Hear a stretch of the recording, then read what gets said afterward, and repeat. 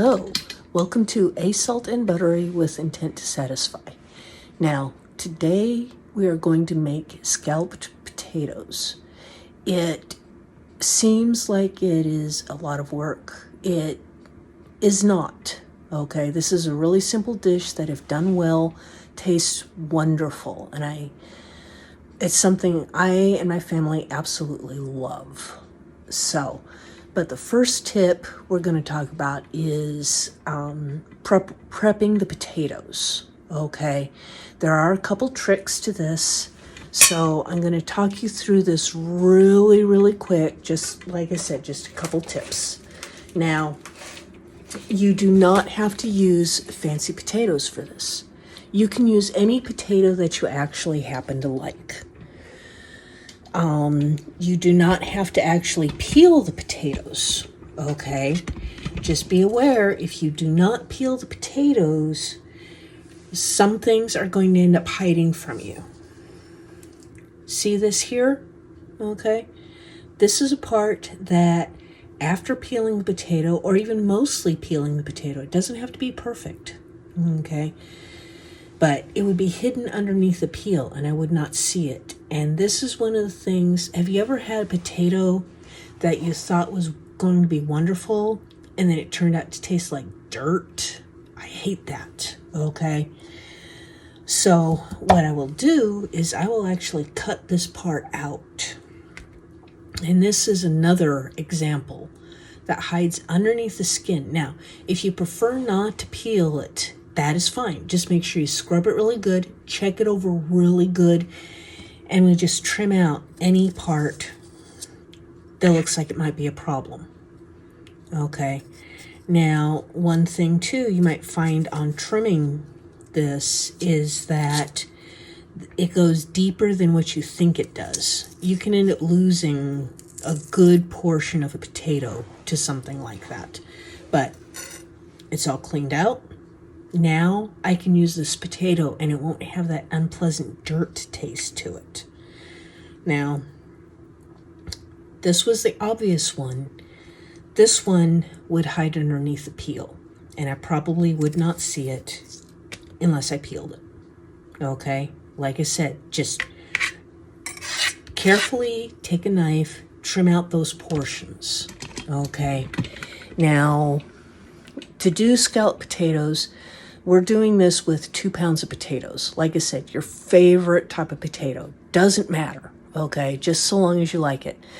I would recommend against doing this with sweet potatoes, so we don't want to do this with sweet potatoes or yams. But regular potatoes, any type that you like, okay? It can be red potatoes, it can be mini potatoes, it can be any type. Mini potatoes are going to make more work for you. Okay, but if that is the flavor you prefer, if that is the type you prefer, then do it.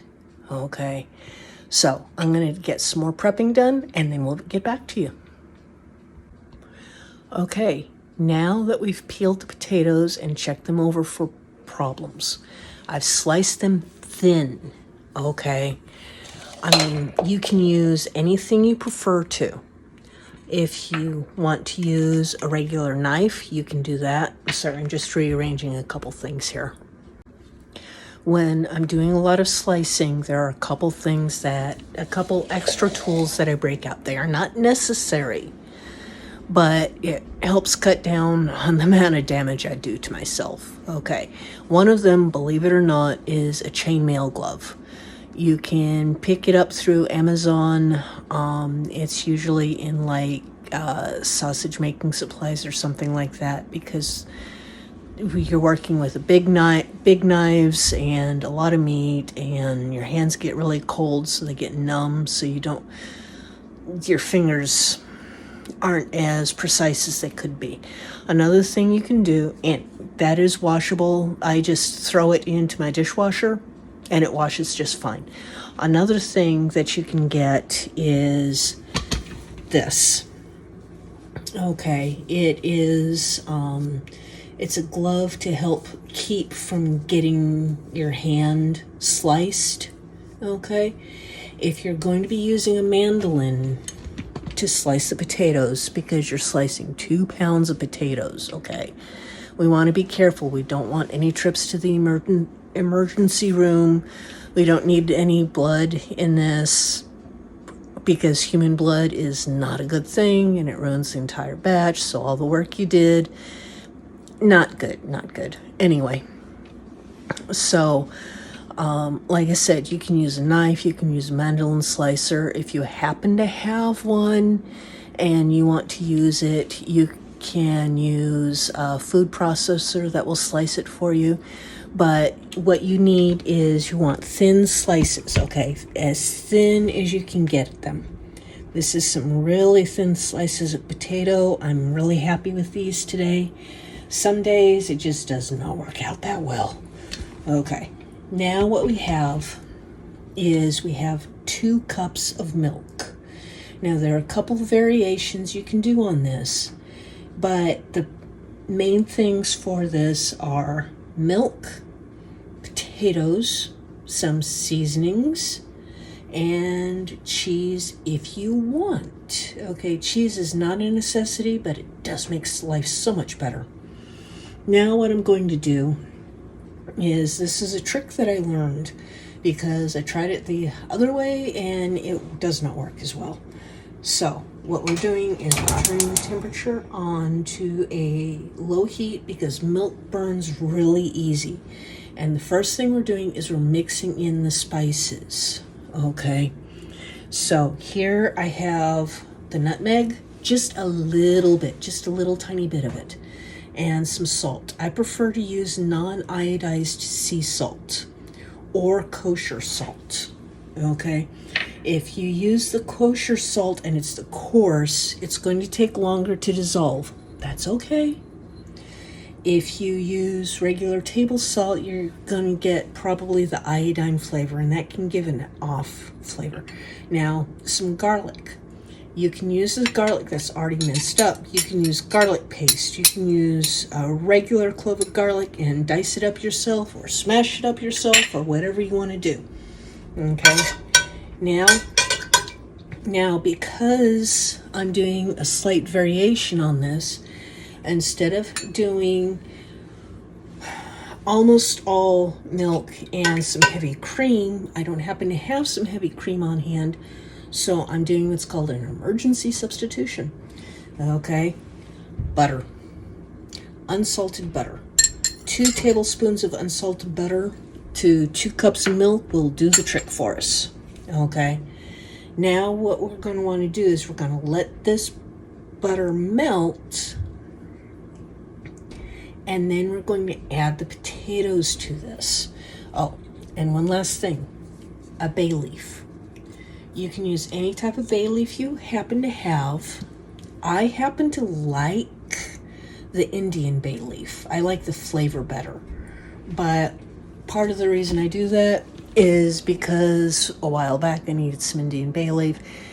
Got some, thank you Amazon, but I didn't realize how big a bag it is. And I have this huge bag of Indian bay leaf, but it's got a wonderful flavor and I actually like it better than the other stuff. So we're going to let this warm up, melt the butter in, because that's going to cause it to thicken up as it cooks the potatoes and bakes in the oven. Okay, so let's go ahead and let this melt and we'll come back to you. Okay, now the butter is melted. Okay, so now I can add the potatoes, and you can see that the bay leaf is in here and everything else. And the part of the reason we use so little of the nutmeg is because otherwise it would be overpowering. Okay, now even though these have discolored from sitting in the air a little while, they are still perfectly good. They'll come out just fine. So put these in.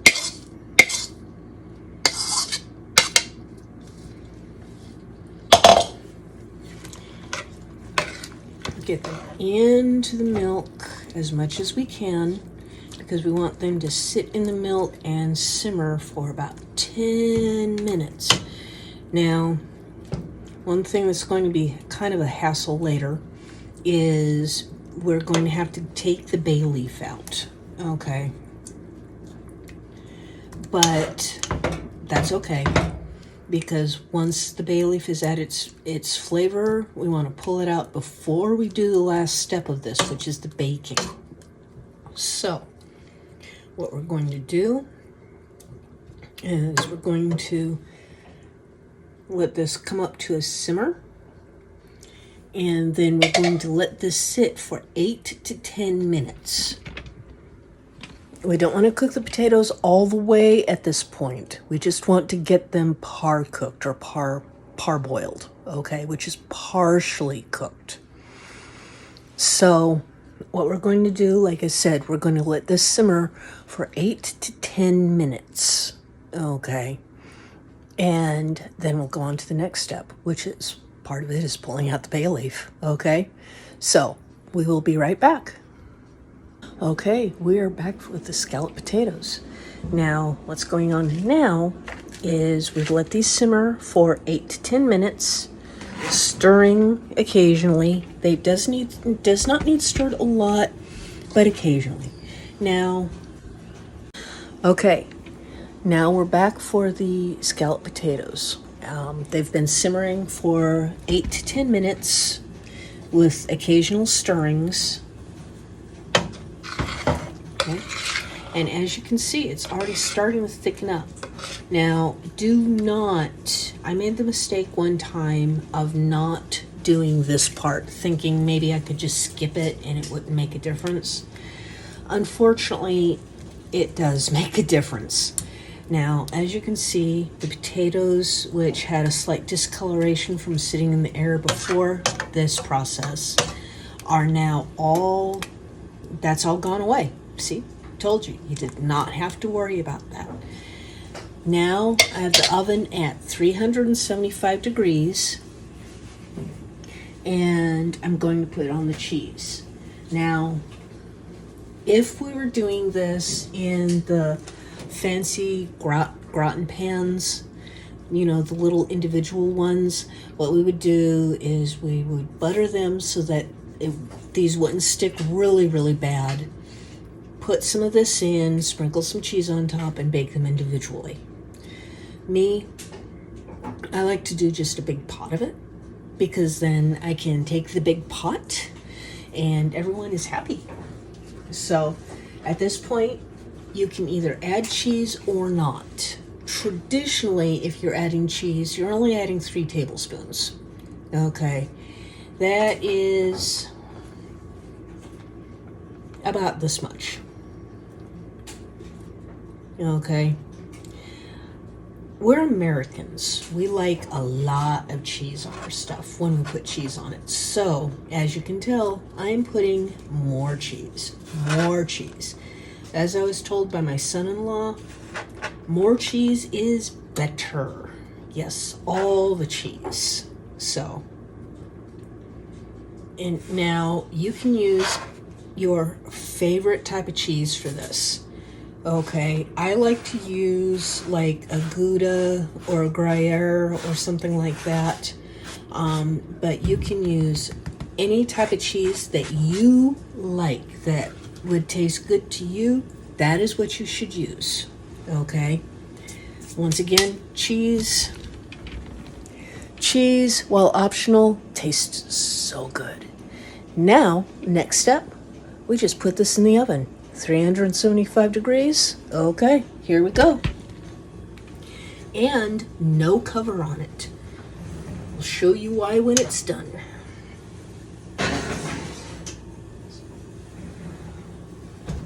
Okay. Now, this goes into the oven for about an hour to finish up the cooking, which we started with the simmering, but now we're going to go ahead and finish it. Okay? So, 1 hour, and I will go do some other stuff, and you can go do some other stuff, and we'll be back, okay? Okay, we now have scalloped potatoes. See how yummy that is? And this smells so good. I just have to let it cool off a little bit before I eat it. But as you can tell, it just came out of a 375-degree oven. We don't want to eat it right now. We want to let it cool a little bit. Otherwise, it's going to scorch our mouths a bit, and that's unpleasant. So that is scalloped potatoes. You don't have to do it from a package. You can do it using real potatoes and cheese and milk, and it's much simpler than it seems, okay? And it's, as far as I'm concerned, it's worth the effort. Anyway, once again, this was A Salt and Buttery with intent to satisfy, and thank you so much.